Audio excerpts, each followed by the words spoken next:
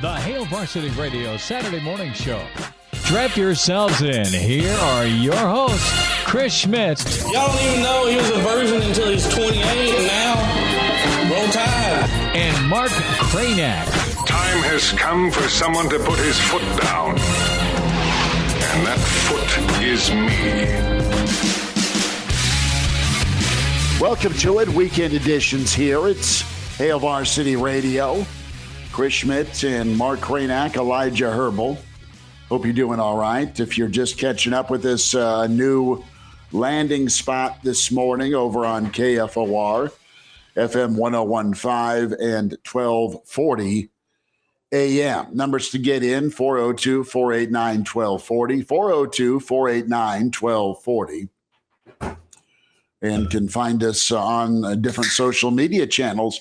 Hail Varsity, the YouTube channel, Hail Varsity's Twitter feed for radio at H Varsity Radio, and of course KFOR Twitter. So that's where we're at. We do this every weekend, every Saturday at 7 with the weekend edition of Hail Varsity Radio. Been a pretty interesting week from a recruiting standpoint for Nebraska. Matt Rule, Nebraska's head football coach, made his rounds, of course, with a couple of different podcasts and media outlets is where he sat down with. So pretty good intel from him.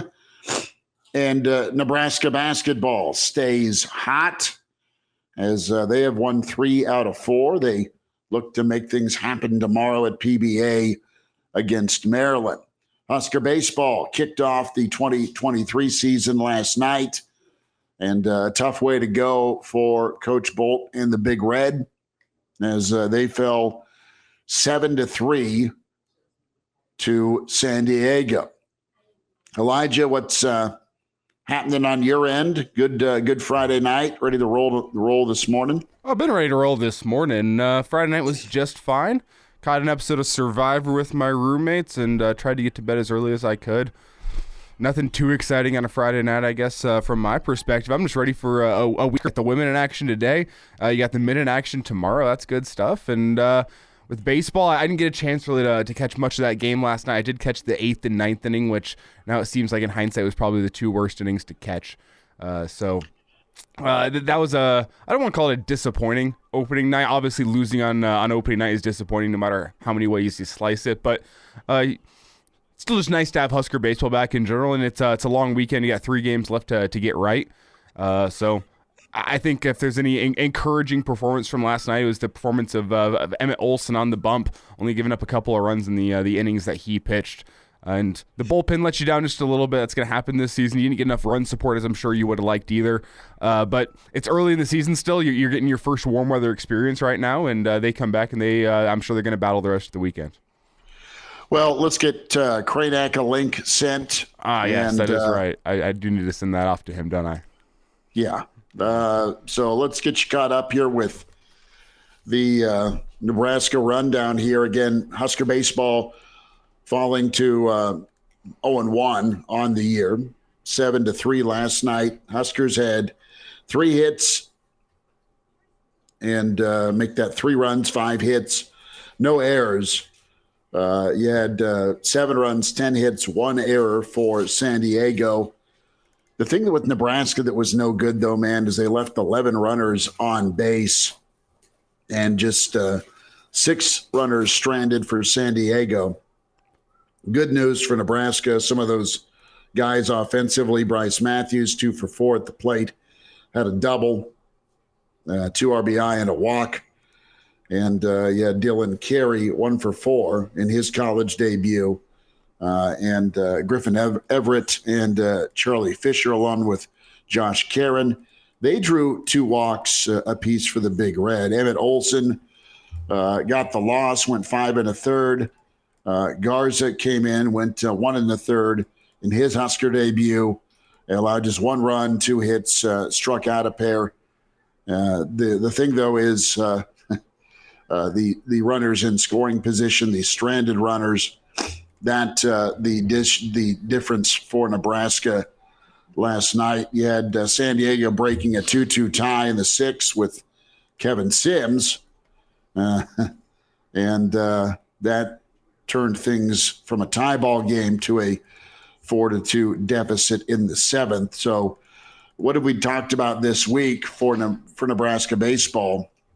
What's the offense going to be able to do in key situations? What's the middle relief going to be like for the Big Red?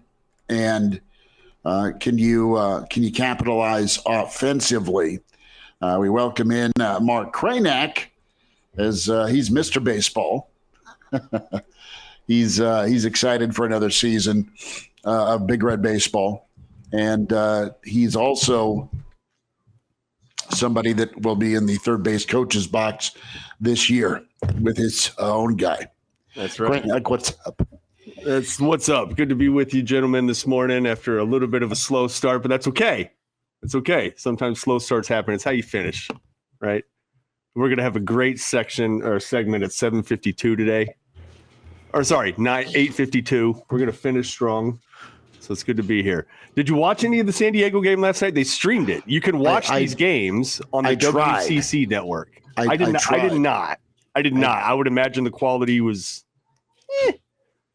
So what do you mean you tried? Was it you tried it and the broadcast was so terrible you had to bail, or was it? No, I tried and it would just never connect on my phone, which was problematic. And talked to some folks who did connect, and it was pretty blurry. So not a great setup. Did watch a little Tennessee, Arizona last night. Okay. While I was eating dinner, which was good. But now excited about Husker baseball this year, but some lessons from this first ball game. Yeah, well, look, they only got 5 hits out of the deal last night. So that's not great. Their bats were pretty quiet last year too. That was they had multiple problems, but that was among them, right? They struck out a lot. They just didn't put the ball in play very much. Struck out just 9 times last night. I say just, but last year they struck out more than 10, like 20 sometimes. So that's okay, I guess. They also face a guy, one of the guys that's on San Diego went 4 for 4. He was ready to roll. But we'll see, right? I mean, what's good about it is it's a 4-game stand that they're playing against these guys. So they're going to try a bunch of different rotations. It's early as hell. It's the first time they've been able to play outside, really. They've had a little bit of practice time, but not a ton, not like San Diego. So you can't read too much into it, right? Like you do see people on Twitter and message boards freaking out. You're just like, bro, it's baseball. Like, seriously, there's like 55 games. It's game 1. Like, calm down. Calm's the operative word. Husker football getting more and more insight with Matt Rule, Kraynak, as he's continuing to do the media rounds. He's got no chill. He's got no chill at all. That's the one thing you notice about Matt Rule. And I just intercepted Schmidt while he had to get his sneeze on. It's all good. And good morning to you, Elijah, as well. Good morning. It's been an adventure getting us on the air this morning, but we are here. Yeah, we did it. So that's the thing you notice about Matt Rule so far. Dude has no chill. He does not relax. He doesn't sleep a lot. I don't know if this is going to translate to wins. I feel like I always have to give that disclaimer. So whenever we're giving somebody praise or observing something, it doesn't mean that we're saying, so here comes the natty, right? I'm not saying that. But the guy does not relax at all. And you saw the pictures making their rounds yesterday of like putting the sleds out in that snow. I mean, we got 4 to 6 inches around there? About 8 or 9 inches, and the wind chill was -10. I mean, it was 8 or 9. No 8 or 9 is a little I didn't- generous. Is that the official number, Schmitty? 8 or 9? That seems generous to my mind. Yeah, I was like, are you talking centimeters, bro? No, Like, there definitely what are were you talking some drifts that reached 8, 9, but like to call the whole storm 8, 9, I'm not sure that seems generous. But Schmitty's, if there's anybody in the room that would know more than us, Mark, it's Schmitty. He's the one who does news talk every single morning. So No, that's true. He is on there every day. He's probably said it like 7 times. That's 7 to 9 inches of snow the today. official measurement at the Lincoln Airport from the winter storm was 8.8. Now let's take a look at traffic. With are we going to start getting traffic up in here? Come on. No, but either way, not. Either way, there was a lot of snow. There was more than 5 inches. We can confidently say that. In the stadium, 6 a.m. has the team pushing sleds, not the snow sleds, actual sleds like football blocking sleds, pushing them the width of the field back and forth in that snow, unplowed. The field was not plowed. So like that gives you a little bit of an extra. Although maybe that was easier now that I think about it. If those things got on skis and were just kind of pushing across the snow, maybe it was actually a lot easier than it looked. The backfired video released last night did not make it look easier. Yeah, probably not. But one of the topics that Rule got into with the World Herald, had a sit down with them, was the fourth quarters. And we spent some time on that. Are we going to start seeing the team hold up the 4 fingers? No, I don't think that's a mandate. Like the other team doesn't know it's the fourth. Don't worry about these last 3. Fourth. Yeah, okay, sorry. No, the fourth quarter and fourth quarter finishes, and you look at Nebraska, why has it been the way it's been for so long? Yeah. And a lot of Nebraska fans, younger, all they know is fourth quarter disappointments. Now, you got to end the season the right way by hanging on against Iowa, but you didn't. But you went into that fourth quarter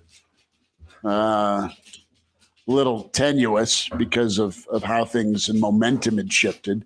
It worked out okay, but for the most, Nebraska's been a disaster in the fourth quarter. Offensively, defensively, and for sure, special teams wise, if you go back for a while. And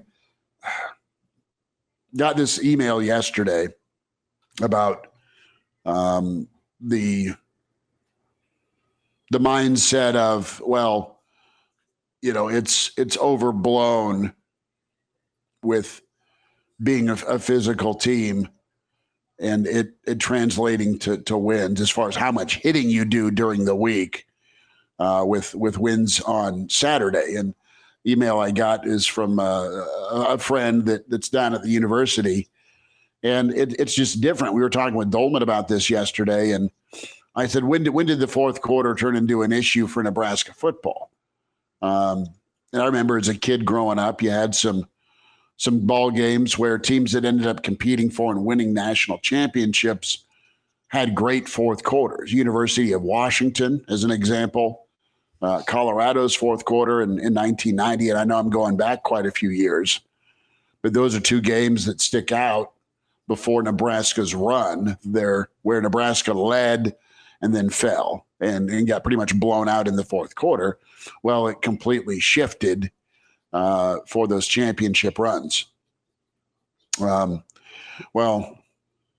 it was a good flip, and you saw Nebraska be the more physical team. You saw Nebraska pay off quarters 1 through 3 with a dominant fourth quarter of run game and physicality. And Dolman's point was with the pro mentality, that pro style that came in with the Callahan era, that's when things shifted. And I get that. It's about development, guys, that's going to be so key, and that's a big emphasis for Matt Rule. Winning those fourth quarters, being the tougher team, being more physical, and having the right amount of bodies to rotate in, either on the offensive or defensive line, more so defensive line, where you can wear down a team. Iowa's done it. Wisconsin's done it specifically in the Big Ten West. That'll be different in 2 years with what the West is or isn't. And do you feel like Nebraska can be a team that owns the fourth quarter through quarters 1 through 3 moving forward in the Rule era?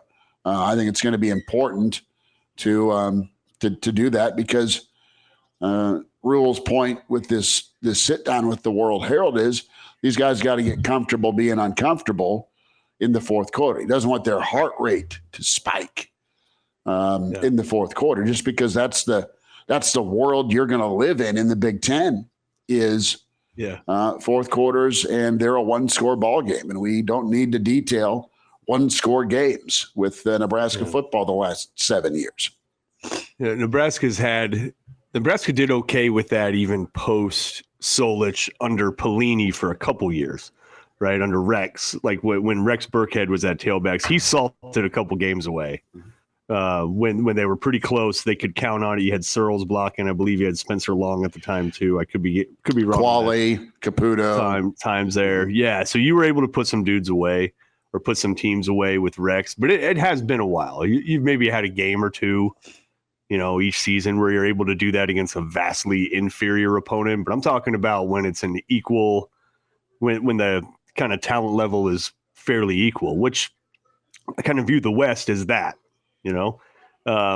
Nebraska's recruiting rankings have always been better than their peers in the West for the most part, but their retention has been awful. So it kind of balances itself out, and you essentially have very equally talented teams, whether you're playing Wisconsin, Minnesota, Iowa, pretty equal talent across the board. So then the difference is that mentality, that conditioning, if how you script your practices, how you script your program. Like, what do you emphasize daily? What do you tolerate versus not tolerate?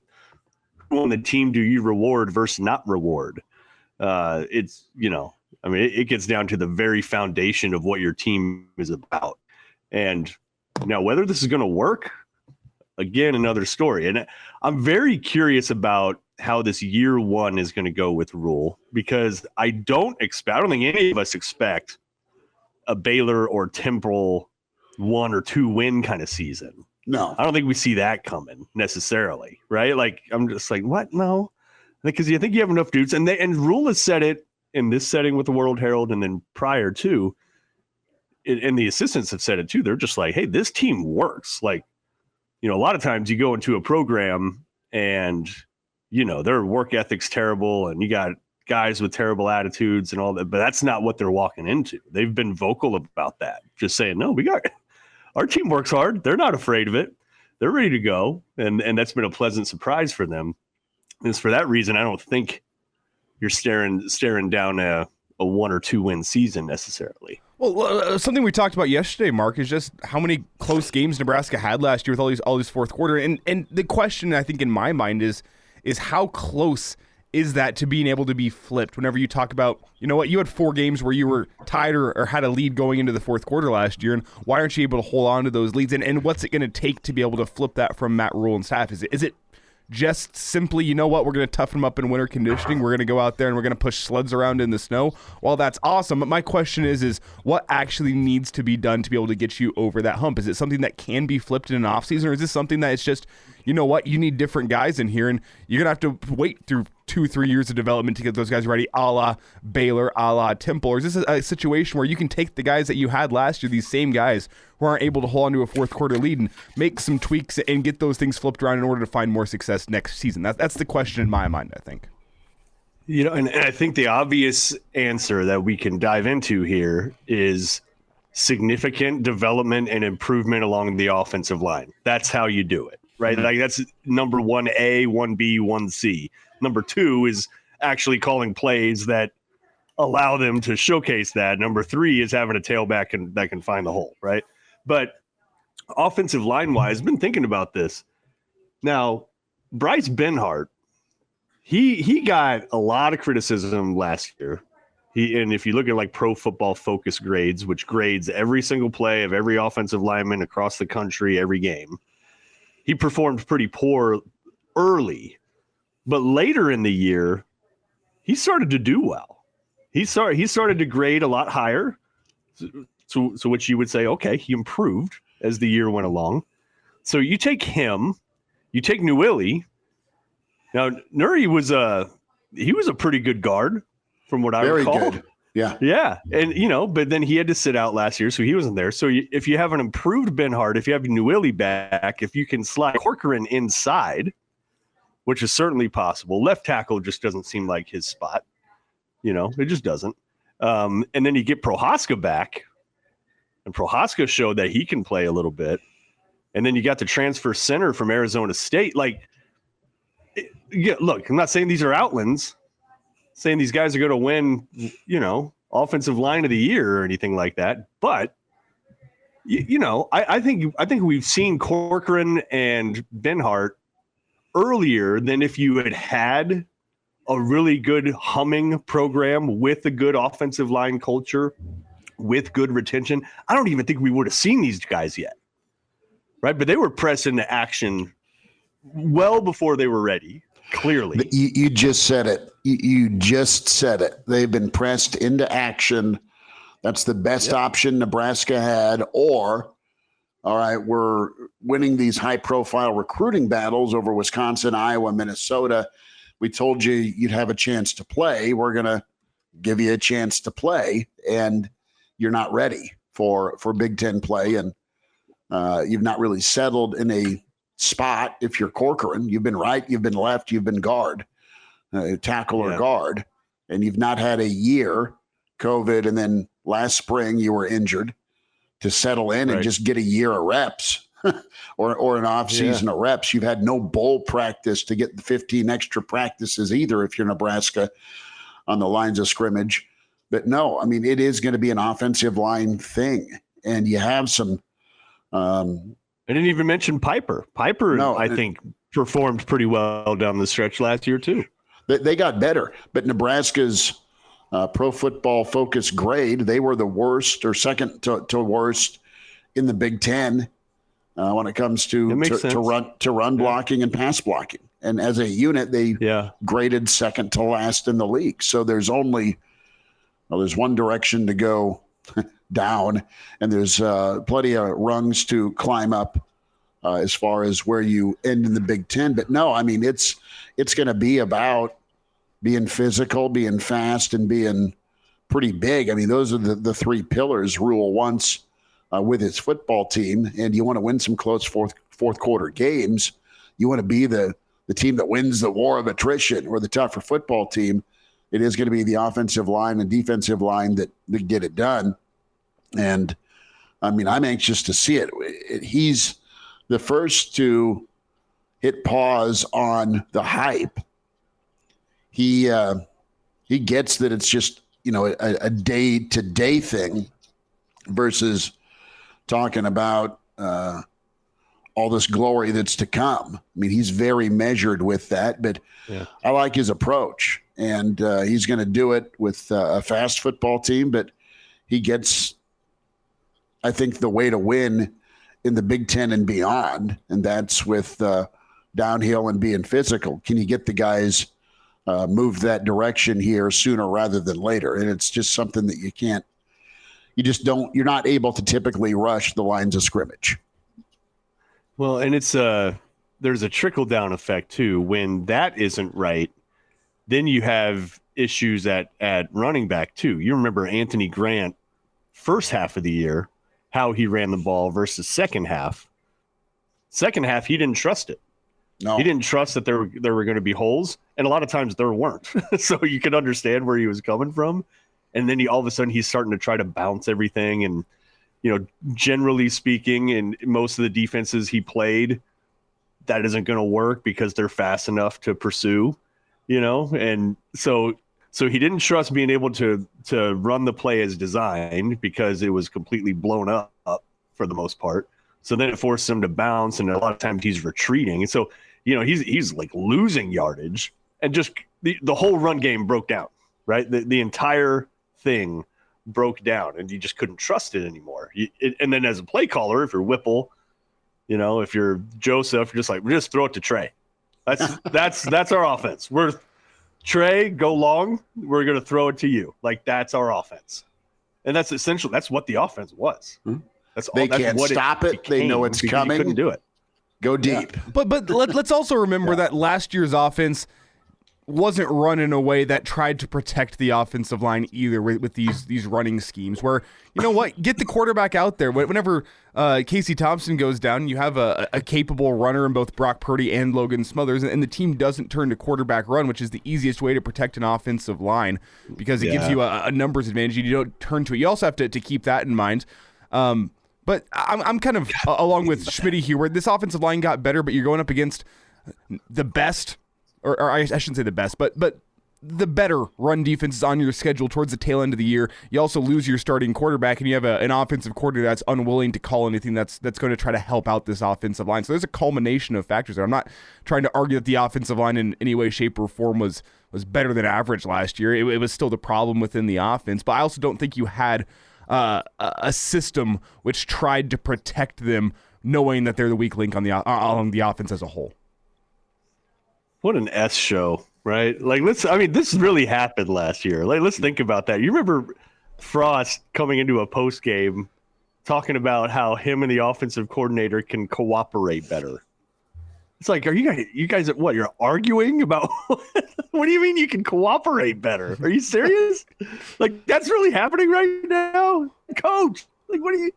But that's what they were dealing with last year. They were dealing with that, and then Frost getting fired, and then a new coach coming in, and then Whipple just being like, we're just going to throw it to Trey, and no variety, no creativity in the run game whatsoever. That is one thing that I think Frost truly did understand and was very good at, was variety in the run game. Mm-hmm. You know, like he figured out some pretty unique ways. He was pretty innovative, got the quarterback involved.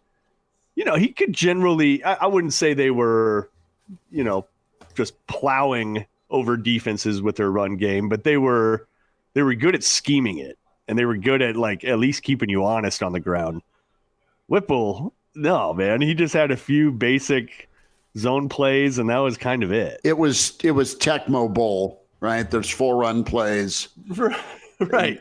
And we did not have Bo Jackson. No, and away you go. I was going to make the Madden comparison whenever you're playing your buddies in Madden, and after like the first drive of the game, you say, all right, running the football, not happening today. We're going to air it out. That's what it felt like, the Mark Whipple offense last year. Well, it'll be good to see Nebraska emphasize and focus in on physical football. As a whole team, as a whole unit, Nebraska fans on social media loved seeing what was put out there as the guys were out there in the cold and snow and pushing the sleds with 10 below wind chill. Whipple's out there in his parka and his shorts and his stocking cap, and guys seemed pretty fired not up. Whipple. Sorry, right? Rule. Thank you. I was like, what? Did he make a return? Did I miss that article? No. Whipple right now is down in Arizona, probably looking for a golf ball. But thank you for that fix. Yeah. I slipped. But no, and you put this offensive line together with a pretty capable running back room. Some guys that are going to push for time in a new scheme with an emphasis on it. And things could look up. And then, oh, by the way, there's 6 scholarship quarterbacks in the quarterback room here this season to sift through. It sounds like Casey Thompson's ahead of schedule with his recovery, which is great. Logan Smothers is somebody you want to see get a good look this summer as well. I don't know when his injury timetable shortens after his procedure this offseason. And I will say bunch of guys. Logan Smothers is a guy where reading in between the lines, not a guy that Matt Rule mentioned when listing out the quarterback situation when talking with 24/7 Sports earlier this week. Not a guy that was mentioned by Matt Rule. We got a comment in the stream yesterday, Schmidt, about this, and I don't think we had time to bring it up. Yeah. Logan Smothers is a guy that I do wonder about a potential position change, if that could happen. With his athleticism, you almost think of it like a McCaffrey situation. The guy's got a wealth of athleticism. Right.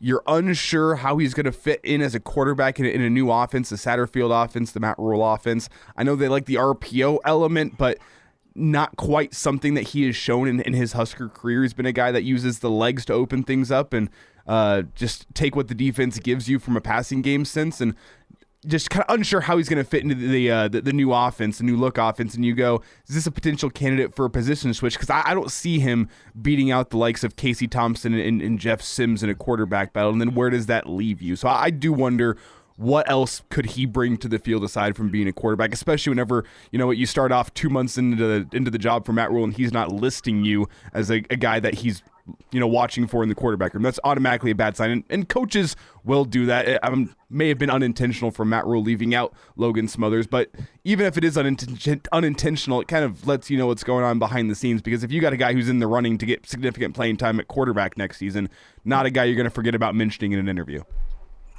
No, and that's a fair point, and we'll see where things shake out with the quarterback chase. Weekend edition, Hail Varsity Radio. Chris Schmidt, Mark Kraynak, Elijah Herbel. It's presented by Currency. For all your equipment financing needs, go Currency. As we're at a new landing spot this morning on KFOR FM 1015, 1240 a.m., and can stream and watch the show on 3 different platforms. The Hail Varsity YouTube channel, if you want to watch, as well as listen. The Hail Varsity Twitter handle at HVarsity Radio. Give that a follow. And also the KFOR Twitter handle at KFOR Radio. Quick time out. We got to start doing traffic reports, man. We got to start doing traffic reports. We really do. And here's our latest traffic report. It's still impossible to get across Lincoln. And I channeled the old weather report from Family Guy, right? Let's go to Al Roker. Al, what's happening? It's cold outside. It is cold and snowy outside. Quick time out. Let's rewind it. In a moment, we'll hear from former Buff head coach Gary Barnett, his take on the Dylan Raiola chase. Where is that for Nebraska? What would it mean to land him, as 24/7 is actually crystal balled, or our dear friend Mike Schaefer is crystal balled Raiola to Nebraska? Can that be a thing, that March 25th weekend going to be a monster weekend visit for Nebraska with some high star prospects? Should be noted. So some college football thoughts on the way. What were you going to say, Elijah? It should be noted that crystal ball from Schaefer, only a 4 out of 10 on the confidence scale. So, well, it's better than 2 out of 10. It's a great point. That's right. Yeah. Quick time out. Gary Barnett's next. It's Hail Varsity Weekend, presented by Currency. Now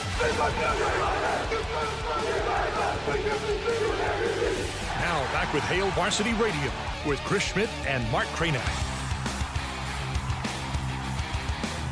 Back into it at Hail Varsity Radio, presented by Currency. We welcome in Hall of Fame coach Gary Barnett to talk some winter conditioning. Coach, how we doing?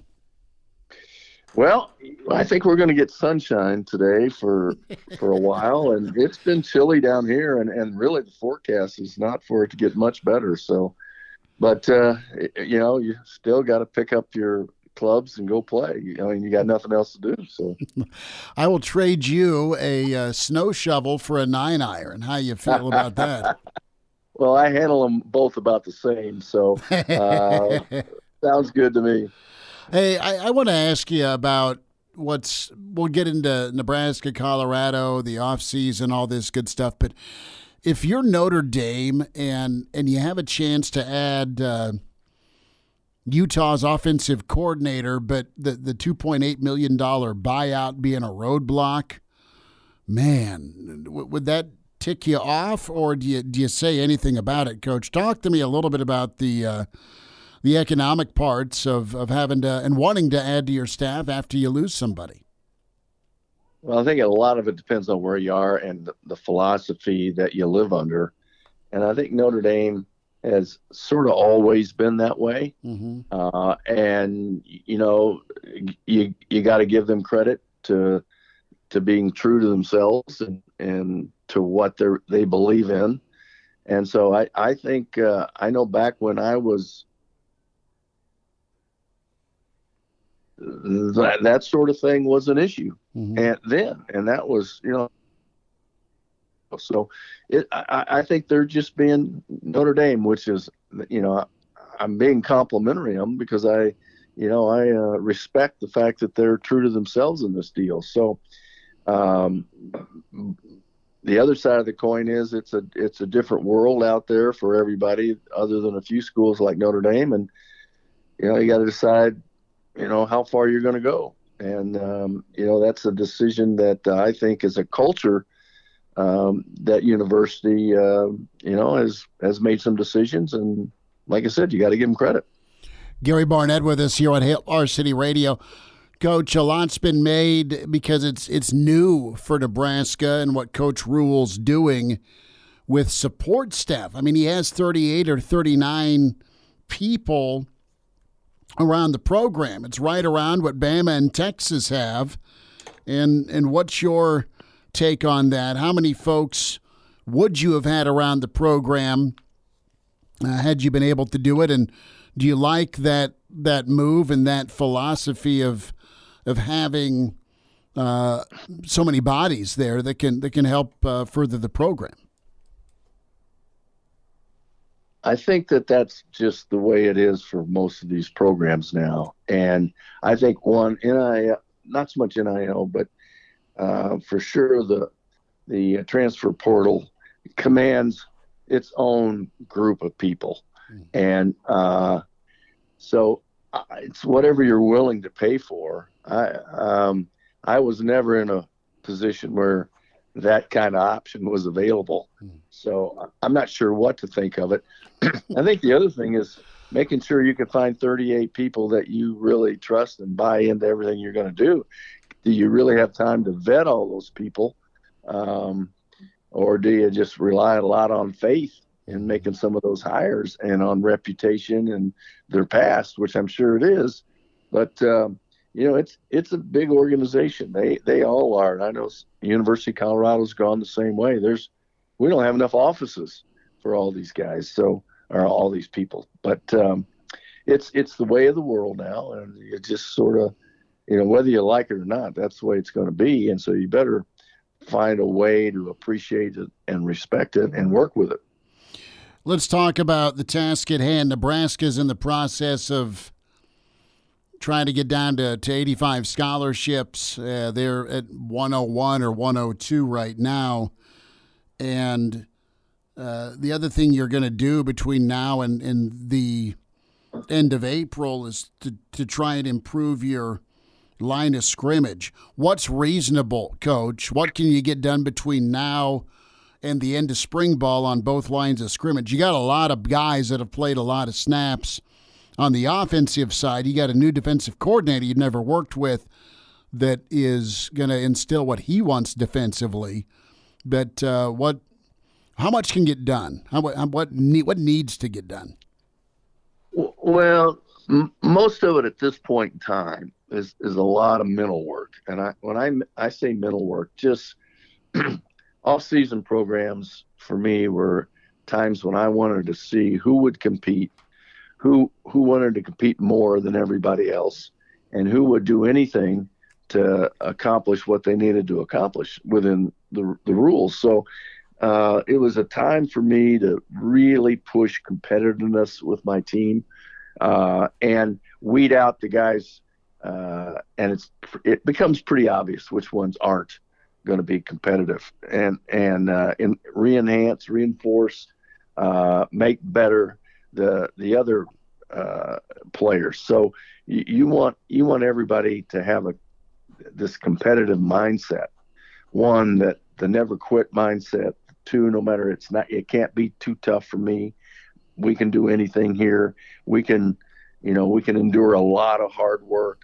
We can force ourselves to do things that we didn't think we could do in the off season, in your off season workouts. So, I split my groups, my players into 7 or 8 groups. They had a captain. They competed against the other groups in all these workouts. We kept score. We put a list down in the locker room of the guys who couldn't finish some of the tasks. We just held everybody accountable, and we pushed the competitive limits of our players to see who could go to those limits. Did you have some grace for guys that maybe weren't on board or capable early on, but rounded into shape? Is there a guy you ran off, and maybe that's not the best term, you moved on from, let me rephrase that, that that you regret, or, man, do you let the players handle that? The system handles it. You're either in or you're out. Is pretty much it. But it's a process. You're not going to everybody be in or anybody be out on the first day. You set a time. You tell them how many there's going to be, and at this certain date, you're either in or you're out.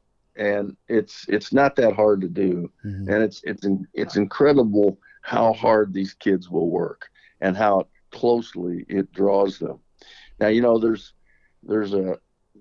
some things in place now where you can take a kid, a first-time coach, new coach can take a kid off the team, pay for his education, and remove him from your scholarship list now, and he won't be on the team. So this is happening right now to a lot of new coaches in programs. Coach, what would it mean for Nebraska, in your opinion, the college football world, the optics? Let's just focus on that. We don't know if it'll be a hit or not, but those high-profile 5- and 4-star quarterbacks tend to be pretty good if they stay. What would landing a guy like Dylan Raiola mean for Nebraska? Immediately, it'd be a lot of good pub, but then it just comes down to, after that, there's a lot of work, and he's got to handle the work, and it's like an announcement on signing day. Everybody gets excited, and then guess what? The excitement's over, and you go to work, and then you got to prove your value. So it isn't any different for Raiola than it is for anybody else. And it'll be a big public hit, and until the first game or the first chance he has to prove himself, you don't really know.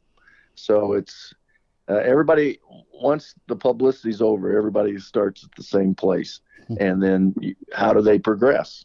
So that's what's really important. With these young quarterbacks you see that go and really perform at a young age, and I'm talking about the Tuas, I'm talking about the Hurtses, I'm talking about the Lawrences, and guys you coached against. Is there a young guy that blew you away? Drew Brees. Good call. Good call. Because most of those guys, it has to do with the people around him as much as anything. I mean, Trevor Lawrence, he's got an advantage from the get-go. Tua has an advantage from the get-go.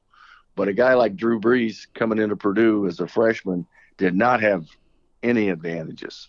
And he just sort of made them into – and Purdue has been a program that's through the years has been solid, never really down and often getting to the top. So he didn't have the same advantages that a quarterback at Alabama or at Clemson would have.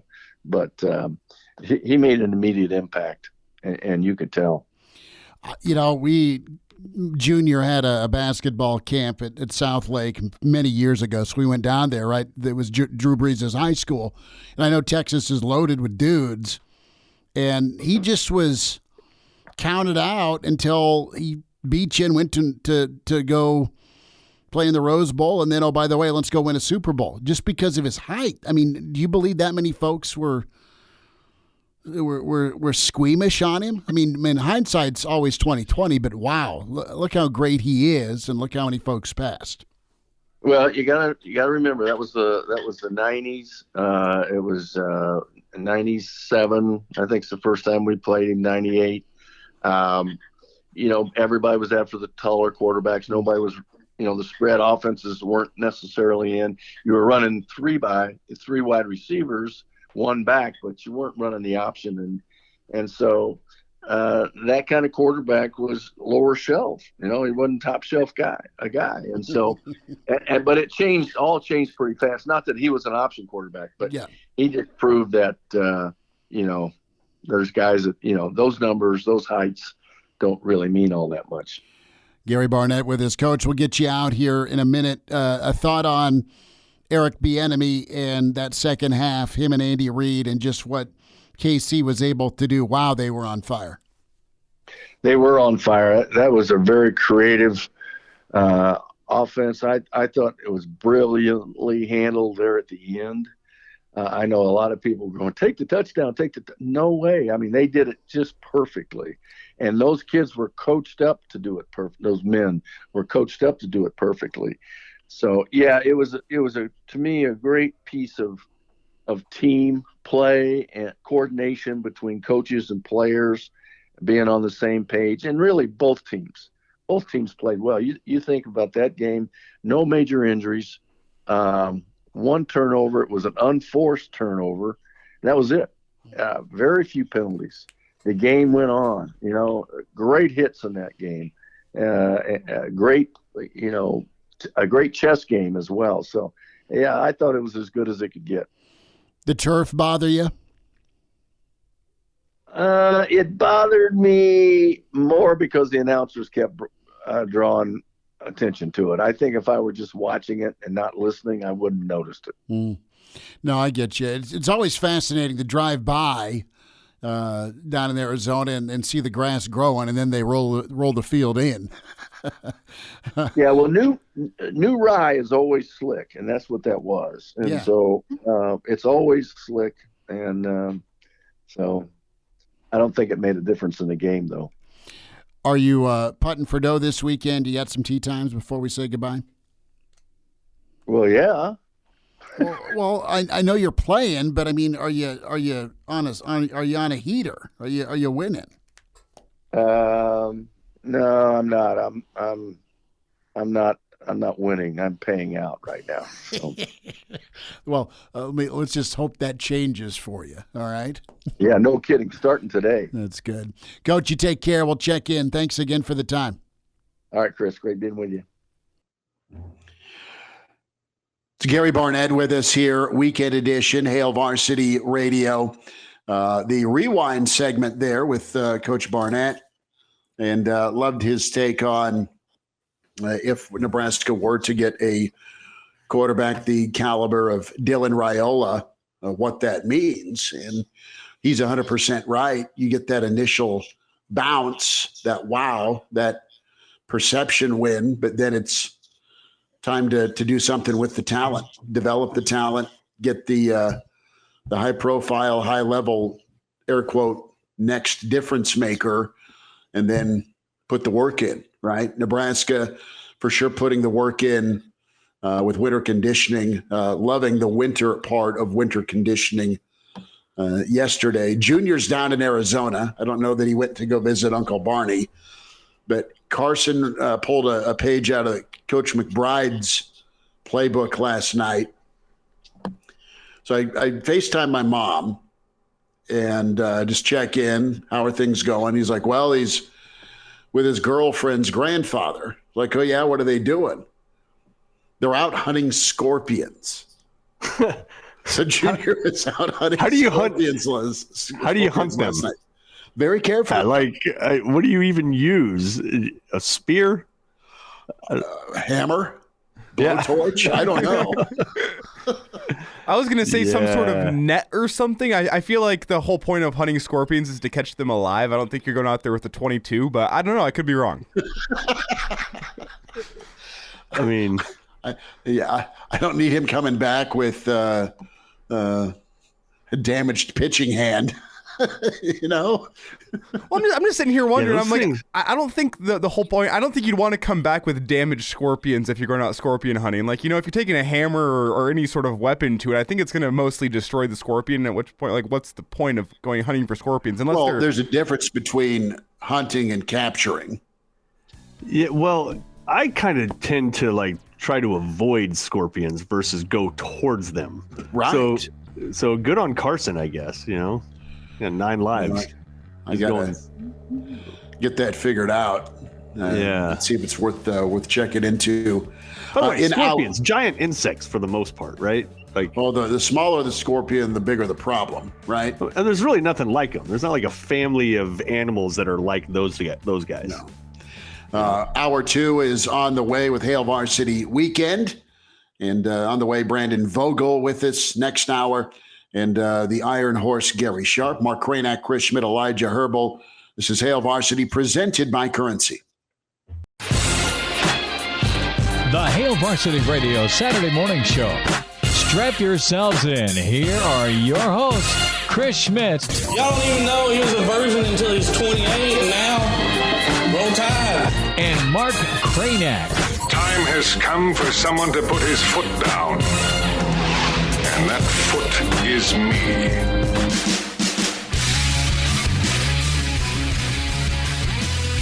Varsity Radio, presented by Currency for all your equipment financing needs. Go Currency. Chris Schmidt, Mark Kraynak, Elijah Herbel. We welcome in managing editor with HailVarsity.com and magazine Brandon Vogel at Brandon L. Vogel, which is where you find him on Twitter. Vogues is not out in the front yard hammering sleds. Vogues, any snowfall in your neck of the woods? No, stayed rain all week, which we got a lot of, but better than I think what Lincoln and Omaha had to deal with, so I'll take it. Vogues is doing victory lap weather-wise for us. By the way, did a little scorpion research. Oh, thank you. In between our breaks. Brandon, I don't know if you heard, but Chris's son is in Arizona and went scorpion hunting last night. And it just kind of triggered a whole thing. Like, are those insects? Are they so they're arachnids. They're more closely related to spiders. They have 8 legs. I didn't know that. Did you also know they live in Nebraska? I never knew that scorpions lived in Nebraska. There are scorpions in Nebraska. See, I always saw them at the Lincoln Children's Zoo and stuff, and I always assumed that they're like some novel creature they shipped up from the Amazon or something. You're telling me they're in Nebraska? Yeah, there's little eighth inch ones that don't even have like the stinger. So are you really a scorpion at that point? Like, come on. They got they got the class and all that, and then there's bigger ones that have the stinger and everything in Nebraska. I had no idea. I've never seen them. To bring this back to football, if you don't have some fourth quarter wins in the Big Ten, are you really a Big Ten football team? Well, you definitely don't have a stinger, that's for sure. Yeah, no. You got to get your stinger. Vogue's been a good week of Husker content. Love what Hail Varsity continues to do, from recruiting to the winter conditioning coverage to Husker hoops. And, of course, Nebraska baseball last night. What's been the biggest why for you? Why has Nebraska been problematic in tight ball games, specifically in the fourth quarter? Some comments this week from Rule in some media sessions, and I'm interested in your take. What do you think? What's been the biggest reason? There's a lot of reasons that make up one big result in close, tight ball games. And that's a change Rule aims to fix with mental toughness, obviously, and then execution on the field. And you got to acquire that talent for sure. Give me a physicality rating. If you look at Nebraska, they are as physical as who? Who do they look like in the Big Ten when it comes to just being a tough football team? I mean, neither of these comparisons are probably going to be the ones that people want, but I think you'd have to go with kind of like a Maryland or an Indiana. And I think there's 2 pieces of this. Gross. Illinois pre-Bielema would have been in that category. Does that help you at all? No. So the records say what they say, though, don't they? Yeah. So, I mean, there's 2 pieces to this. And I think one of these, as it relates to physicality, also relates to why Nebraska kind of consistently came up just a little bit short and lost those fourth quarter games, if you want to put it that way. Defensively, defense is by its nature reactive. And I think that's a group under Eric Shenander that I saw that physicality increase kind of broadly on the defensive side of the ball. And, we saw in 2021 a pretty strong defensive season. 2022 had to replace some key pieces, dropped off a little bit, but I still saw pieces of that. So that's one thing. I think the biggest thing, though, is the physicality on offense. I don't think Nebraska ever fully established what it wanted that offensive identity to be. And when you don't do that, it's hard to control games from the very start. So, I've talked about it. I've kind of harped on it a lot. But, last year, again, Nebraska trailed on 48% of its snaps. Wow. So there's 3 game states, winning, tied, losing, having 48%, playing from behind. And we just saw that same game kind of play itself out over and over again with the Huskers over the past 5 seasons, where you fall behind for whatever reason, expend a ton of energy to get back in it, and then come up short at the end. Just getting out from underneath that rock of consistently having to play your way back into games, I think would make a big difference. And I think having a clear kind of offensive identity can help you take control of games a little bit earlier. Brandon Vogel is with us, and Greg in the stream says he got stung by a scorpion in Cave Creek, Arizona. I don't know that Greg was, I should say Carson was in Cave Creek last night, but I will have to check. He's going to some high-end shoe sneakerhead shop in Scottsdale today. So maybe he'll get some Air Jordans that have a scorpion on them. I don't know. He's going to shake my mother down for some sort of new kicks, I'm sure. And Elijah in the stream just wanted to give himself some props because Rick said stash looks awesome.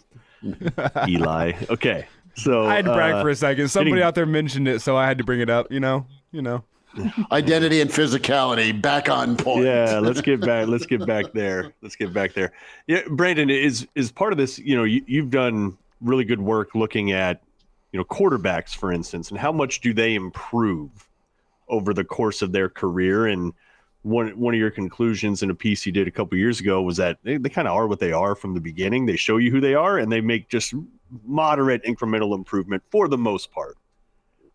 Can you say the same about offensive line, or do you think it's a little different? And I'm asking that because we've seen people like Ben Hart and Corcoran seemingly pressed into duty maybe before they were ready. And then now you got those guys coming in where, they got 2-3 seasons under their belt, and that same amount of time eating and working out and experience and all that. Can you expect guys like that to show more than just incremental improvement and become legitimate offensive line threats? Yeah, I think so. I've never looked at it specifically. It's harder to kind of objectively measure O-line play than it is quarterback, clearly. But we know it's probably the most developmental position on either side of the ball. So I do think there's a chance. We kind of assume with a player coming from high school, whether they play early, whether they don't, that you're kind of getting used to the speed of the game, the new level of play, and that helps you kind of gradually increase. And in the case of quarterback, what I found, it's very gradual. And your starting level, whenever you first get the chance to play, you're not going to that huge year 1 to year 2 jump. It doesn't happen very often. I think it's more likely on the offensive line. Even some Nebraska linemen in the past who have gone on to play in the NFL, whether they, were fortunate enough to get drafted or caught on with somebody, some of those guys, you kind of look back at their career, you're like, yeah, that was pretty good. It almost surprises you that, somebody like Alex Lewis, and then he was a transfer, obviously a different situation where you get to the end of it. And we're already there with guys like Corcoran and Ben Hart. You're just like, well, man, they played a lot of football.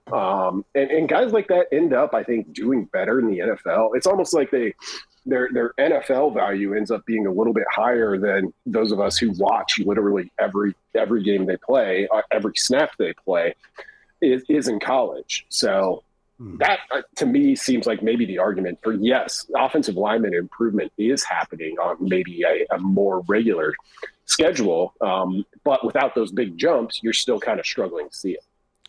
Brandon, when you look at the offensive line, 1 through 14, we're talking about the Pro Football Focus rankings from last season among Big Ten offensive lines, and Nebraska was down near the bottom based on pass blocking and run blocking numbers last year. And I guess Pro Football Focus, some people disagree with their metrics, but it does tend to do a pretty good job of at least giving you a general idea of how good or bad an offensive line is, or really any position group is. And Nebraska near the bottom last year, I don't think any Nebraska fans would contest that. If Nebraska's offense is to be successful in 2023, where do you think it needs to rank among Big Ten offensive lines by Pro Football Focus by the end of next season? Success for this program with kind of where it's starting from, in my view, I think if you can rank in the top half in the Big Ten, you're a pretty good offensive line. So for Nebraska to get somewhere close to, say, 6-7 wins, you probably got to be in that 7, 8, 9 range, I'm guessing. And I think, that isn't an unrealistic goal or expectation. Maybe an unrealistic expectation. Certainly not an unrealistic goal for this group. When you look at some of the experience that it brings back, you look at adding somebody back in like Nori, getting Teddy Braska healthy, things like that, and then bringing in a couple of key transfers. Middle of the Big Ten, I think, is a great starting point for an offensive line and a program, that hasn't had a winning season in 6 seasons. I look at the offensive line, and time will tell with the pecking order. And you had, I think, 6 different lineups last year due to injury. I mean, it used to just be taken for granted where you had your same starting 5, and then you had your same 3 or 4 guys that would rotate in by a second series in the third quarter. And Nebraska had a great habit of, whether it was a close game or not, you still got guys meaningful reps in crunch time. And that's how you got your experience. You earned it Monday through Thursday on the practice field. You had plenty of stations in your football life where you worked, you were coached the right way, and then your training sets you up for success on Saturday.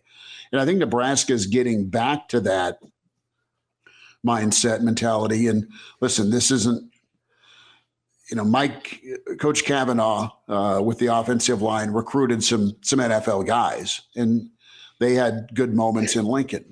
Coach Austin recruited some NFL guys. They had good moments in Lincoln. But just from a continuity standpoint, I think that's the big part. Get some guys, keep them healthy, and then find a system that your offensive coordinator, your run game coordinator, and your offensive line coach are all singing the same key. And I don't know that that's had been a reality last year for sure. We talked about the desire to run the football, or I guess we've got to run the football type mentality. So, with Nebraska, they can stay healthy. That's been a big issue. And then find some guys, Vogues, because you have plenty of names to pick from that can also be that depth we talk about that helps turn tight fourth quarters into successful fourth quarters. I mean, do you like the group Nebraska has to work with? Do you like the group Raiola has to work with on the offensive line? Yeah, I think I like them. I mean, you look at players who are experienced, some guys we mentioned, like Corcoran and Hart, played a lot, still kind of waiting for them to kind of, I think, get to where we think their ceiling was based on what we thought of those players coming out of high school. And I think some of this, as we talk about, players that have gone on and had pretty good pro careers, well, while being at Nebraska, we're kind of like, yeah, he's one of their best offensive linemen, but it's not somebody who's like preseason first team all Big Ten, which is tough to do in this league, to be fair. Somebody like Nick Gates. Nick Gates was a really highly touted offensive line recruit, was a recruiting win, played a lot of football at Nebraska. But at the time that, he declared to go to the NFL draft, it kind of felt like, well, did Nebraska get the most out of him? And I don't mean this as a slight at him. I look at it more as kind of just that lack of offensive cohesion, which has been the case at Nebraska for a while. There's not been a clear identity where you could just say, that's what Nebraska is going to do. That's the type of offense they're running. And if you can stop it, then hats off to you. You're probably going to win the game, but it's hard to stop. It's been a long time since that's been the case at Nebraska. And, to the depth point of it, that's another thing where, particularly on the O-line, it gets tough to do that.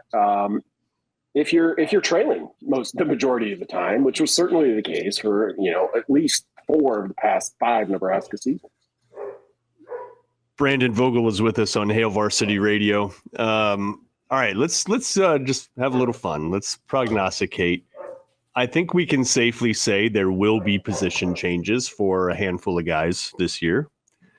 Let's pick 3.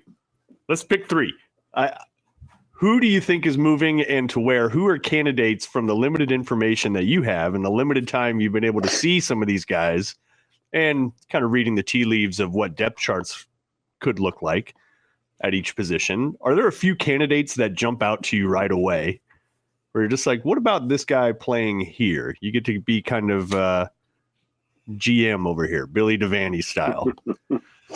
Thank you for that reference. You bet. The first one who comes to mind is somebody we've talked about previously, and he's not going to be available in the spring, which I don't know how that changes kind of the math here. But you look at somebody like Logan Smothers with 6 scholarship quarterbacks on the roster. Something's got to happen there, and it doesn't have to be Logan Smothers is a slot back or a slot receiver now, but it's possible. I mean, we've seen the athleticism with him. He's somebody who, to this point, really seems to, he's had other opportunities to try and find a different situation at quarterback specifically, but he's stuck it out at Nebraska, and credit to him for that. So that's one. I think it's tough with returning players. There's a handful of linemen who came in this 2023 class who, might be listed as O-linemen, or defensive linemen that I think you could get some movement there between those 2 spots. Also, when you look at, I like Gifford quite a bit in that nickel role he's playing, but you look at that position too, is one where with Nebraska needing to basically replace its top 3 edge rushers, I think there's some potential there for some of those defensive backs to potentially come down. Just not sure who it is. It's such a big group that one name doesn't kind of immediately jump to mind for me there. Brandon, when you look at that defensive back room briefly, that seems like a room that attrition is almost going to be guaranteed in as you move through the spring with just the scholarship numbers, the competition that's going to be there, and the newcomers that we've seen over the past, let's call it 18 months in that defensive back room. It just feels like attrition is almost guaranteed in that room, right? Yeah, I would agree, particularly because, and I don't know the number off the top of my head, I haven't looked at it recently, but you look at some of the transfers in that room. I mean, you bring in some transfer defensive backs, and those are guys that, are looking for a place to play. In some cases, they were playing at their previous stops. So I think that only adds to that part of it. And I think we talked about it a couple of weeks ago. They got more scholarship defensive backs and they have scholarship offensive linemen at this point. And with just a hard roster number to hit, eventually, you got till August to do that. But it seems inevitable to me that we're going to see some movement there. Brandon Vogel is with us, weekend edition at Hail Varsity Radio at Brandon L. Vogel. It's where you follow him on Twitter. Vogues, before we get you out, what's on the docket for Hail Varsity this weekend? Of course, folks can subscribe, hailvarsity.com/offer. Get the magazine, get the digital content, and be a happy Husker fan with just daily coverage of the Big Red. What have you been working on, and what's keeping you busy? Yeah, so we got the February issue off this week. If you're local to Lincoln and Omaha, you may have already gotten it, but really good softball preview in that issue, as well as a story on Maggie Mendelson from Drake Keeler, a profile of her balancing two sports that really turned out well. So that's been most of the past week. Now we kind of turn our attention to Brady Oltman's doing a great job of running through our roster reset online, getting ready for spring football to start here in a handful of weeks. Pretty excited for this Nebraska-Iowa women's basketball game this afternoon. Drake Keeler will have coverage for us on that. Nebraska's played Iowa tough a lot over the past two seasons, just hasn't quite been able to get over the hump, and kind of needs a win for their tournament resume after the previous result this week. So that'll be a high-stakes game that I'm looking forward to this afternoon. That will be big time. 1 o'clock at PBA. Of course, Fred and the gang tomorrow at 4. Elijah, real quick. Yeah, Brandon, briefly, let's talk some Husker baseball as they opened their season last night. It was a 7-3 loss to the University of San Diego. And I just want to get your reaction. I know it's only one game in baseball. It's kind of something we mentioned off the top. Not too much overreaction. But did you get a chance to watch the game last night? If so, what do you think? If not, a 7-3 final score in game one, how does that strike you? Yeah, I didn't get a chance to watch it, but I did check out the recap and the box score to get a sense from what was happening that way. 11 guys left on base for the Huskers. It's always going to make things pretty tough, I guess, in game one of a new season. You can take solace in the fact that you're putting that many people on base. You know, that's kind of it's the great thing about baseball. It's such a cause and effect game that you can see these things where you're like, you put 11 guys on base most of the time, you're gonna score more than 3 runs. So game one, it's always tough for a team like Nebraska going to warm weather spots where it has to go to start the season. But I think there were some encouraging pieces of it, and we'll see. It's a long season. We'll see for sure. Coach Bolt, man, has his team ready and geared up, and just one game, but he had to be frustrated with the 11 runners stranded on base. See if they can shake out of it today. Vogues, always appreciate you, man. Great insight as always. Love talking ball with you. And thanks for joining us this morning. For sure. Have a good weekend, guys. You too. There he is, Brandon Vogel, with us here on Hail Varsity Weekend Edition. And we'll be sure to look forward to some of that coverage. And we'll dive into some hoops here next with Gary Sharp, some baseball thoughts, and, of course, winter conditioning. We'll find our way to the Iron Horse. He's in the on-deck circle. It's Hail Varsity Weekend, presented by Currency.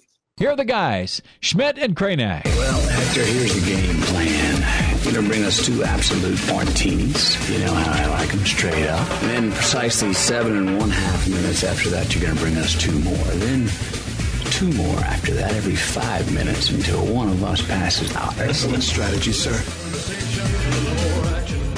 Back with you. It's Weekend Edition. It's Hail Varsity Radio, presented by Currency. We welcome in the Iron Horse, Gary Sharp, as we're streaming here on the Hail Varsity YouTube channel, and can watch the show there. And Sharpie, you had a shot there of the parade celebration in the backdrop. Now it's all the intramural medals behind your right shoulder.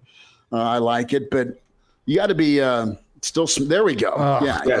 You got Mahomes and the beer goggles, and it's quite wonderful here in all its glory. Your Chiefs kingdom, man. Another Super Bowl ring, ho hum, right, for your fellas. Yeah, you know what? I don't know what I'm going to do. That's 2 in 4 years. Yeah. It was weird. Like the first Super Bowl, like we've all had our teams that have won championships. Is that first time you're like really emotional? Like the second time, I mean, you never take it for granted, but it's like a completely different feeling. But I mean, 15 and Andy Reid together, and you throw the ball to 87, and your offensive line blocks like that. I would tell you that I did a lot of pacing at halftime. I probably put more steps in than Rihanna at halftime.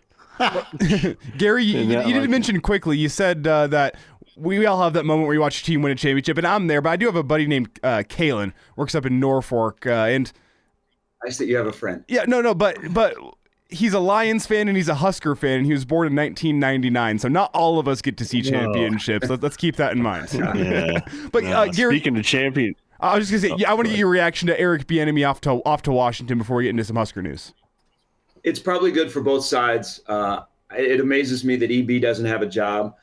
There's got to be something more than just a bad interview. And hopefully moving away where now he'll be the game designer and game caller, which he's not in Kansas City. That will help his stock when people look at him.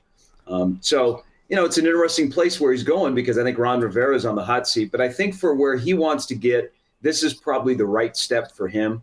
But it shows you, Kansas City's had some continuity in play calling. And as long as Andy Reid is there, he's going to design the plays, and he's probably going to make a lot of the play calls. But good for Eric Bieniemy, and I hope he does well in Washington because he's been great with Kansas City in whatever role that he has filled over his time standing next to Andy Reid with his Waffle House menu.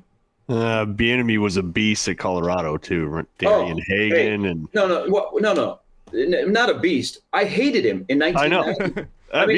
I had a change that I liked Eric Bieniemy when he came to Kansas City because I hated him at Colorado. Him and Hagan, good. And I will never forget. That 1990 game will stick with me for my entire lifetime, especially that fourth quarter, which the whole fourth quarter was Colorado. Yeah, it was brutal. It was absolutely brutal. We referenced the 90 Colorado game, kind of the pre-Husker era of fourth quarter dominance, right? That was one of those games, fellas, where Nebraska got smoked in the fourth quarter, 27 unanswered in freezing rain. Some of us still can't feel our feet from that south end zone experience. But that's what was funny about that kind of era too, is Nebraska's only losses were basically to national title teams, right? It lost to Colorado, lost to Washington, lost to G-Tech, Miami. The only time they lost was to teams that won the national title and went undefeated. Hey, speaking of being on top of your game and, like the Chiefs being on top of the football world, Nebraska basketball is threatening to be on top of the CBI. Is that still a tournament? No. I don't know if it is. But it's still a tournament. So is the CIT. Okay. But that is a no-go for Nebraska. Nebraska's threatening. They're on the bubble. They're on the CIT bubble. And I think we can all admit that. 13-14 right now. Going to take on Maryland tomorrow at 4:00. And it's going to get fun, if nothing else, right? Like, you got a 3-game homestand. The crowds are going to be good. Football is over. People are ready to watch some hoops. Keisei Tominaga is, getting more of a cult following by the day with Steph Curry tweeting at him and all that. Now you got Maryland coming in fresh off of the win over Purdue, and they got one of those kind of classic point guards that you always hope you get, right? You hope you get a guy like Jameer Young that can just get into the paint, get to the line, distribute, steal, score. The guy, he kind of makes them go. I'm trying to figure out who's guarding him. Do you know, who? If Bandomel's on the team, Bandamel clearly draws that assignment. I'm looking at the roster now, and I'm like, man, I don't know what you're gonna do. Do you box and one him? Do you Sam Hoiberg just 2-3? What do you do? I think they'll start with Greasel on him and see if he can keep him in front. No. Maryland's playing really, really well. You brought up getting on a run, and we've seen this in February a little bit. Where last year, you remember the run, Ohio State and Wisconsin. And Nebraska kind of teases you. If you really want to get giddy here, with 4 games left and the next 3 are at home with Minnesota, which is the worst team in the Big Ten by far, and then Michigan State, I think Nebraska, if they could get to 17 wins, they'll get to the NIT. But that's asking a lot because I did not see the Knight and Rutgers coming at all. Double-figure underdog on the road. They haven't been a completely different identity on the road. But, man, that was not a fluke. They dominated from start to finish. And so they come home. And for the next 2 days, this afternoon with Iowa women in town and then Maryland tomorrow, PBA is going to be rocking. But it's one of those things we've all talked about, the three of us. We've talked about, okay, Fred said this is a likable team. That's one thing that's held the course the entire season. This is a likable team because they play hard. And as you mentioned, Tominaga is becoming a rock star. I mean, kids are attracted to him. He's playing well. He makes it fun. Nebraska basketball has gone through about a 3-week stretch where it's fun again. Now, is there any way they can have a 4-month stretch under Fred Hoiberg where it's fun the entire time? Even with the ups and downs of a season, there is a lot more fun times than there are, oh boy, they blew it at Illinois, they blew it at Purdue, those kind of discussions. One other interesting thing about this year and the job that Fred Hoiberg has done, Trev Alberts commented on how they've totally changed their identity. They went to more of a defensive, grind you down, not so much kind of offense based. It's defense, it's play smart, it's play hard. But then mid-season, you had to adapt again, right? So the two guys that I think exemplified that mentality the most, Bandamel and Gary, they're out. So now you have to change course again. And then in the last game, that was sort of Fred Hoiberg going back to his offensive wizardry. What did they do offensively, Gary, to really change course again and all of a sudden get shooters free and have them knock them down? Well, you have to hit the shots, first of all. And when you have Wilcher, who has not hit a lot of shots when you need it, that helps a lot. They're playing faster. That's a big thing. They're playing faster. So that allows you to see kind of Hoiberg's idea of offense. And I think he knows this year that they're a little bit handicapped on that side of the floor on the amount of volume shooters that they have that can shoot at a high percentage. So they have to adjust the game, whether you dump it into Walker. And he's become an elite passer from the post position. But I think they played faster on Tuesday night against Rutgers. And when they're hitting shots, it looks like that. But I will, to another point, and you guys can all chime on this. This is my observation. So you lose Gary and Bandamel, and that's a big hit because if you have those two guys, is Nebraska in this position, or are they forced to really go outside of their comfort zone with rotations and how they attack the game when they don't have those two quality guys on the floor? So all of a sudden, Tominaga is playing more. Let's be honest. If Gary and Bandamel don't get hurt, is Tominaga playing this amount of minutes? Because he wasn't playing consistently when those two guys were here. But he's only started 9 games this year. I've also seen, I think Fred has had to be a better coach. You see that he's got a short leash. Cato was really good against Wisconsin. He wasn't good the other night, but he didn't play very much. And when you knew that it was trending the wrong way, he took him out of the game. And so he's managed the minutes. When Breidenbach, he just comes in for a quick little splash, they get him out of the game. I think Fred has done a better job in game because he's been forced to, and that's a good sign for him if you're trying to judge, okay, what's this going to look like next year? So, Gary, whenever you look at it, it's not a case of – we all know Fred Hoiberg's coaching acumen. We've seen it this season. We've seen it in his previous stops. The problem that he's faced at Nebraska is roster construction. I think there's going to be more roster construction needed this next offseason. I don't want to look too far ahead, but Gary, when you look at what could possibly be coming back for this team next season, I mean, Fred Hoiberg's going to have to do a hell of a job putting together some pieces next season because we can all see that this team doesn't have the kind of talent that's going to stack up to the rest of the foes you're going to face in the Big Ten. There's going to be change needed this offseason. I think we're at the point where Fred's coming back, but how big of a shift is going to be needed this offseason? Well, you're going to have to find some dudes, and you're going to have to find a point guard. I mean, Sam Griesel, who is turning out to be one of the better student athletes, just as a good guy that Nebraska's had in a long time. You got kind of spoiled. Now, is he a guy over the long haul in the Big Ten? Probably not. He's got some limitations, but he's been exactly what you've needed this year. But you got to go find a point guard, whether that guy is already in your program or he's somewhere else. You got to find a dude at point. Mark, you were bringing up Young of Maryland. People are going to see that tomorrow. The value of having a guy that can be a facilitator and also can get to the rack and can score points when need be, that's what Nebraska needs. But they also are going to need a 5. Derek Walker, we see him a lot. Yeah. I think we're spoiled with Derek Walker, and he might be even undervalued around the country because of how much he does. So this is going to have to be an important offseason for Nebraska. It's going to have to be very good in the portal, and that can be a hit or miss. So you also have to judge, Elijah, Mark, and Schmidt, is guys that are currently on the roster. When you have a good roster, what is their role? Is Tominaga a key player on a roster that is full of dudes, or is he a good third, fourth option? I mean, those are a lot of things you have to sift through. But I think a point guard and a big man replacing Griesel and Walker are utmost importance. And I think you got to get some guys at those positions that have tread on their tires. I don't think you can start over with some newbies at the beginning of the year, because Nebraska's going to have to win next year, and it has to be an NCAA year. And there's nothing that says, hey, Northwestern, nobody expected them. They lost their 2 best players. They might win the Big Ten. Say that out loud. They might win the Big Ten, and it's past Valentine's Day, and they're already in the tournament. That's a lot happening in the Big Ten realms of college basketball. That's going to be a tough ask. And look to the point of Derek Walker. Look where he started. Look where he's at in his Husker career, right? I mean, that's development. That's work on his part. That's work by the coaching staff. That's a lot of perseverance. You're seeing it pay off here as a passer, as a guy that can face the rim and get to the rack.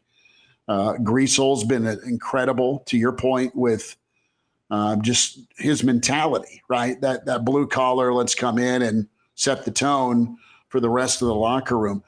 And with Tominaga, he's a guy in a perfect world that you come in and he gets you double digits off the bench. His role is to come in, hit threes. His role is to come in and get some great backdoor cuts. Fabulous movement without the basketball, and be a spark scoring there, because as nice of a run as he's been on, he still can be abused at times on the defensive end. And if he's not on, and Nebraska's had too many nights early in the season when Tominaga and Wiltshire were both off, you need that 3-point threat, catch and shoot or get to the basket guy, and he's been great at it. But in a perfect world, he's a ladder option, in my opinion, even though he's had a great run right now. Maybe this is his launching point. Maybe this is Tominaga here to stay versus a nice little kind of golden era right now. Well, you say Tominaga here to stay. Does his recent run increase his stock when it comes to making a decision on his professional career? I'm not talking about the NBA. Right. But here's somebody who could make a lot of money going back closer to home. Mm-hmm. I think you need to watch what his decision is in the off season, because sure. I think there will be options out there. I don't say options of he'll get in the portal and go somewhere else. I'm thinking maybe he decides that this is as high as it's gotten, and now I can cash in on it, because he can go back to Asia, guys, and he can make a lot of money if that's what he chooses. But Gary, on the other side of things, this is where the NIL factor changes things for college athletics, where I think 10 years ago, you'd I don't know, say bank on the fact, but it'd be a pretty good bet that he could go cash and he could start making money, but he's been able to make money. And now with this run at the end of the season, I think it could open up off-season NIL opportunities, which would be something that could keep a guy around. I think this is the changing scene of college athletics that we're seeing, where that's now an option for guys like Casey. Yeah, and that'll put into the spotlight what is Nebraska basketball's NIL situation. We know what it is for football, and my gosh, we know what it is for volleyball at Nebraska. What is Nebraska basketball's NIL situation? Because let's be honest, whether it be somebody currently on your roster or somebody you got to go get, Nebraska's going to have to, from the basketball standpoint, be very comfortable and very strong when it comes to NIL, because in that world right now, we're seeing NIL become very, very important to get guys to move from one location to another, or to say no to a professional career, whether it be the NBA or over in Europe. So that's going to be another thing to watch in the offseason. And do people have enough faith that Nebraska basketball can next year get it right from start to finish, that they're like, you know what, this is an investment that I want to go with. Gary Sharp is with us on Hail Varsity Radio. Nebraska baseball kicked off their season last night in San Diego. Some interesting little moves there. Josh Caron was starting at catcher, Griffin Everett not. And I know he got some time behind the plate last year, but I found that noteworthy. Have you heard? I would have to imagine that's an injury situation for Everett, where he's still able to bat. He DH'd. Yeah. Have you heard either way? I'm just curious about that. I think, Mark, it's just a situation as they have two good catchers, and they kind of want a little bit more out of Griffin, and they know they can get more out of him. I wouldn't read a ton into it. They're going to have two really good receivers behind the plate, and you'll see enough of Griffin throughout the year. And so we're going to see a new guy tomorrow, Caleb Clark, who has immediately earned the respect of the entire team. Obviously, yeah, you brought him up a couple of weeks ago when he talked to the media the first time. Yeah, they the coaches bring him up, the players almost like foregone conclusion. Like, yeah, that's one of our guys, like for sure. Lefty out of Canada, he'll make his debut tomorrow. Yeah. So how much? I was just thinking about it. It's been a little bit. At least last year they didn't really have it. You got to have that top end guy at some point. Yeah. He's got a chance if he's as good as advertised. He could move up into that Friday spot potentially, right? Well, watch today when Kaminska, the transfer from Wichita State, pitches. I tell you, they like their Olsen-Kaminska combo. And the thing about baseball, and you guys know this, is you play 56 games. So last night was the opener. Didn't go so well on the back end. The back end of the bullpen, they got to figure out. Nebraska couldn't get those timely hits. They had opportunities with guys in scoring position. You open up the season, you leave double figures on the bases. So you can't overact to game one. But I tell you, they like Kaminska. But they feel like they've got a good Friday-Saturday combo. And if Clark can fill that Sunday role, they like their threesome in the Big Ten when they get to the weekend. But today's an important day. I think they need to see something out of Jace Kaminska because they thought highly of him when he transferred from Wichita State, that he's going to be a guy that can get a lot of swings and misses. So this is a good bounce-back day for Nebraska with him on the mound. But, you kind of you watch the first couple of weeks, and then you start to judge and you figure out roles and what this team is going to be like. But they had their opportunities yesterday. How do you guys like that Bryce Matthews got caught by the pitch clock? He struck out. I'm thinking, you know what? Has Nebraska practiced at all with the pitch clock? Because they haven't been at Haymarket Park because they redid the field. So they've been out at Den Hartog and they've been inside. So last night was probably a whole new thing with the pitch clock, I imagine. Oh, man. And Gary, we didn't even get to talk about this a couple of weeks ago when Major League Baseball enacted their changes for how baseball is going to be played. I want to get your take on this because you're a baseball guy, but significant changes. Like it's going back to when we were collecting baseball cards, where like there's no more shift. You're not doing that anymore. You literally can't do it anymore. No more shift. Got to have two infielders on either side of the bag of second base. You're widening the first base a little bit, which should increase steals. It should help a little there. And then pitch clock. And, it's going to be a way different game. What is that going to do in your mind to just rosters in general? I think you've basically eliminated the Wade Boggs and the Ichiros because no one can hit Tony Gwynn. You can't hit those shallow singles anymore. Those makes me sad. Totally taken away by the shift. And so everybody just went power hitter. I think it's going to be a significant change, and we're in for a really weird major league season because of it. Get ready for spring training with the pitch clock because I saw it a lot the last couple of years in AAA. I've seen a lot of the Storm Chasers games, and you don't really notice it after a while. And the game does move at a good pace. For pitchers and for hitters, it does take a little bit to get used to. Spring training is going to be rocky. I'm just telling you, it's going to be rocky because of veterans that have never done this before and they're vehemently against it, whether they got a ball in their hand or a bat in their hand. They're going to fight it, and it's going to be an adjustment. And the umpires are going to be the ones that got to enforce it. And you don't have a lot of young umpires that are coming up that have done this in the minors. These are older umpires that this is brand new, and they have to enforce that as well. So it's going to be a little bit choppy. But I think in terms of hitting, it's going to show you again who the really good hitters are. Look at like a guy like Joe Mauer. Joe Mauer playing at the Metrodome would hit those little bouncing balls that would hit the turf and scoot on into center field for a base hit. Well, against the shift, he couldn't do that because they played him straight up the middle. Now you're going to have guys that are going to be forced to be better at the plate. I think it'll make the game overall, it'll make it much better. And I think with the pitch clock, when everybody gets used to it, the game will move with a good pace to it. Now, the one change that I hear a lot of people are upset about is the extra innings rule, and that's for a whole nother show. But in college baseball, I like that they're thinking about, you know what, we have way too many 3.5-hour games that are 2-1 where people just take their free time and they step out of the box and they mess around on the mound. Let's go. It helps the other players on the field, especially when you're behind a pitcher. You don't want a pitcher just taking a bunch of time. You want to get the ball and go, go, go. It helps you as a defender. So I'm glad that college baseball is at least addressing that as well, because they're all thinking about the future of what is the viewership going to be like? What about playing the game? Who's going to be with our game when we get 5, 10, 20 years down the road?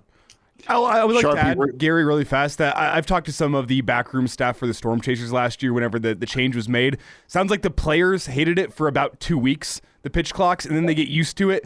You realize how much quicker games can go, and you start to deal with it. And I know from an umpiring perspective as well, no one's unhappy about games speeding up. You get your game checked the same at the end of the game, whether it's a 2.5-hour game or a 4-hour game. So I think it's going to be a case of people getting used to it this spring, and then once you start realizing, you know what, I have a lot more time in my evening after a 2.5-hour game compared to a 4-hour game, guys get used to it, and they'll be all right. That's good stuff. Sharpie, just to end on this, and thanks for jumping on with us this weekend edition. From an offensive identity standpoint for Nebraska baseball, what are the fits? What are the talents on that bench for Coach Bolt here? What can the offense be? Do you think more power, better pop, or are they a team that you think with this roster is going to have to string together multiple hits per inning to score? Well, they got to put the ball in play. Yeah, they got to put the ball in play. We'd like the corner infielders and the corner outfielders to be double-figure home run guys. That's not going to happen. Even though Dylan Carey, there's a reason that he forced himself into the lineup to play third, and Max Anderson moved to second. He's a huge pickup for Nebraska. I think this is a team, as Mark just alluded to. Last year, there were a lot of swings and misses, a lot of strikeouts in key situations with less than 2 outs and runners in scoring position. I think the way this team is built, this is going to be the prototypical get them on, get them over, get them in. I think that's the way they're going to have to play to have success, because they don't have a bunch of big boppers in the lineup. No. But until they stop with key strikeouts and a lot of swings and misses, not just on strike 3, but strike 1, strike 2, they got to figure that out. Until that, they're going to have to be get them on, get them over, get them in, and manufacture a lot of runs, especially early in the season before people figure out their roles. Yeah, they left 11 on last night. Yeah, I know that. Yep. Not good. We'll see how it goes. Sharpie, enjoy your weekend. Have a good call this weekend, and thanks for hopping on with us, man. Hey, thanks, guys. Go Chiefs. Thanks, Gary. There he is, the Iron Horse, Gary Sharp. Good stuff on football, baseball, basketball, your 3 food groups. Got to love it. That's right. Kraynak, weekend is what for you? You off to any volleyball or anything? That's right. Good? Yeah, I've got a little volleyball. Going to go check out that Maryland game tomorrow, too. Well, shoot me a text, man. I'll be down there for it. I will. I'll hit you up. Let's do it. All right. Putting him on the spot. I love that. Oh, I guess I got to call him. I would love to. Elijah, appreciate you. Good stuff. Chris Schmidt here. Talk to you on Monday with Hail Varsity, presented by Currency.